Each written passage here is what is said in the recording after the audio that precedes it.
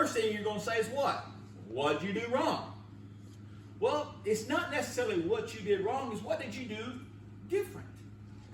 Did you follow these things? So what you're going to do, you're going to use a what? A process of understanding. Say, how did you fail? Tell me what you did. Did you do this? So, Case, how important is it to take care of your starter? Very important. Where do you store your starter at? The fridge when you're not using it. So you say, well, my starter. He said, how is your starter? Well, I guess it's good. What do you mean you guess your starter is good? Define guess. Where did you keep your starter at? Well, it was on the back porch. Okay, so there's your clue. No, you can't keep your starter. So you're sitting there and you're going back over, because if you want people to learn this thing, you've got to identify where they failed at. But the thing is, that did you know that there is a title or a word used to describe this person? Because you're going to have a class, Chase, and you're going to say, all of us want to be here, we all want to learn. But the problem is that every one of us is hardly going to be 100% devoted to learning how to make bread. It is if she wants to, right? But what if Harley's sitting there and she's on her phone and she's looking at motorcycle pictures? She's not going to be dedicated to that. But you're going to be able to tell. How can you tell the difference between that person who is just there or a person who's really wanting to learn? It's called an acolyte.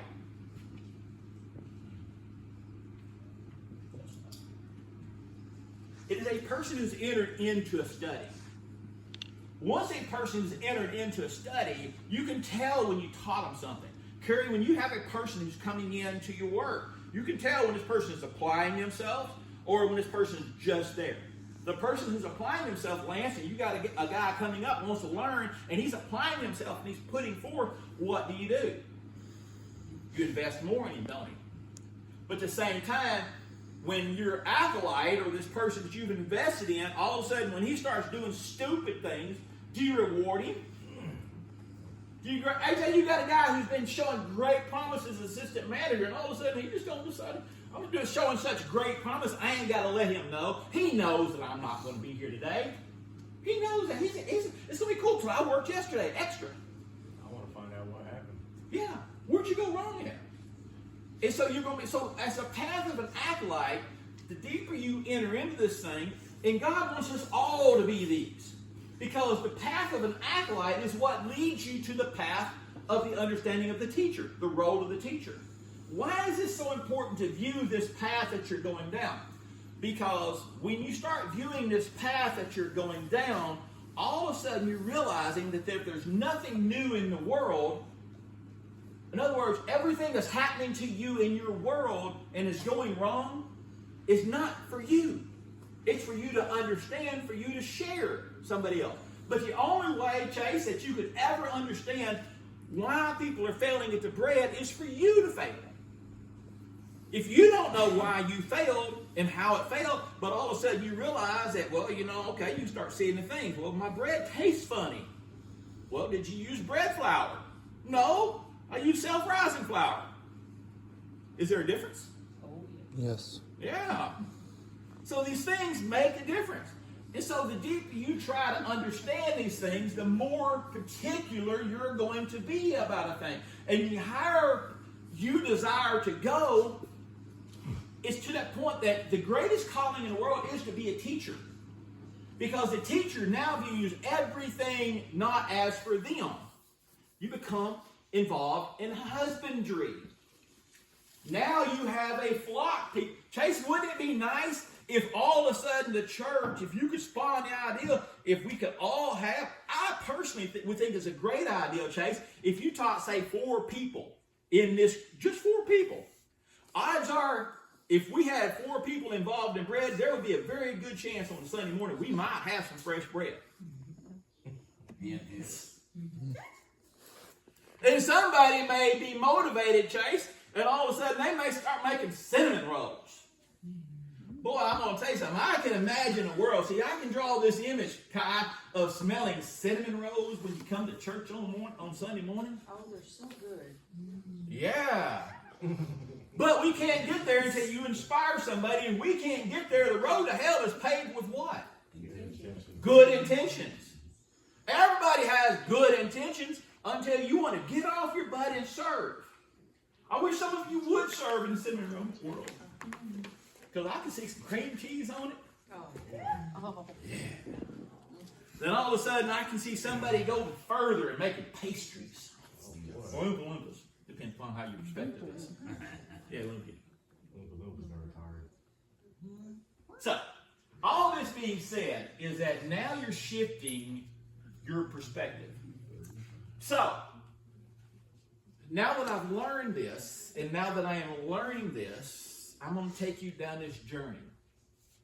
Because the problem with, and maybe we could say it,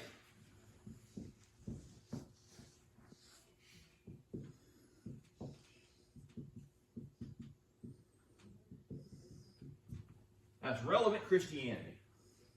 In other words, Christianity that actually applies to your world. Christianity that you can understand. Christianity that can bring you to something. So, over the past few weeks, what y'all don't know is I am dealing with a situation to where there's nothing worse than being almost 62, twilight of my career, if I want to view it as such. And you realize that at any given moment, I can be unemployed again. Because my boss's decisions are getting worse and worse and worse. To the point of where I heard rumors, and now I know for a fact that we're getting ready to come under investigation for fraud. And it's slowly going worse. Think about this thing. Lance said, if you knew at any given moment now that you're getting ready to lose your ability to make money, what would happen in your world? You would spiral, wouldn't you? Yeah. And every person around you, you've got this thing whispering in your ear. Hey, Kai, you know you're getting ready to get evicted, right? You know all this thing's getting ready to fall apart. And it sits there and it does what? And it creates at you. And it accumulates inside your mind. Then all of a sudden you're walking around, somebody says something to you, what do they get? Yeah, because, you know, and again, all of a sudden now, like for me, I've been staying mad at my boss. Why am I mad at my boss? Because my boss is making dumb decisions. His dumb decisions affect all of us. But if I want to be selfish, it affects me. And so, in all this stuff, in all these things of learning, and I was telling my father-in-law yesterday, I said, you know, it's really neat because he was talking about Troy and talking about bosses. And he's talking about how good Troy has been to Amber and how she's got a good job. And I said, yeah, it's really funny because I've even had to go to Troy and tell him this. I said, you know, when I thought I was going to have the good boss and Amber's going to have the crappy boss. That's what I really sincerely thought. And all of a sudden one day I'm praying to her. I was like, God, why? Why do I get the crappy boss and Amber's got the good boss? What the? So I learned to view it, David, as not why, but what is the reasoning of it. Now I'm understanding the difference why and reasoning. Reasoning is deeper. What I understood from this thing and was led to understand that Amber needed to be reinforced and brought back up emotionally because woman dealt at that emotional level. She needed to heal. Because we put out so much and it was destroyed, she had to heal. And then she had to get faith in herself and confidence in herself to achieve what she's achieved now. And I'm very proud of her. Even my father-in-law knows what she's achieved. Me, exact opposite. What I needed to learn how to deal better, David. I needed to learn how to deal, how to walk into a room of stupid and it not get on you. Yeah. As well, I tend to have a quick temper. Not just tend to have a quick temper, I have a quick temper. I had to learn to temper my temper. I had to learn the old slap thing. It's like this old woman is in church one day, and this woman was in there, and she's all of a sudden, the preacher looked around there, and there's a slap. And he looks over there, and she's like, what? He's like, what was that? Well, apparently this woman started playing the piano, and she had this old bouquet, kind of like these sitting up on there from 1972, still on the piano. Y'all have seen them before. Old arrangements that's sitting over there and got spiders, ancestors hanging from them. Not just current spiders, I'm talking about like 100-year-old spiders hanging from them. Old dusty and got that smell on them. Well, this woman, she starts playing piano, and so all of a sudden she gets up, she's sitting there, and she's like, digging out on all the spiders and stuff. She says, this has got to go. This is nasty. So what do you think she did? She took the flowers and she chomped them. She puts a new arrangement up there. And she says, I put the new arrangement up there. It was nice. Everybody commented on it.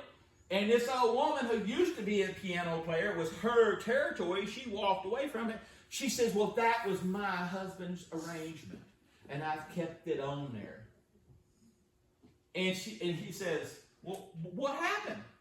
The woman says, well, she confronted me about this thing. Next thing I know, she's yelling at me. She said a couple of cuss words. And she says, and the spirit of slap came all over me. She said too much, and the spirit of slap came all over me. So, we ever sometime been moved by the spirit of slap?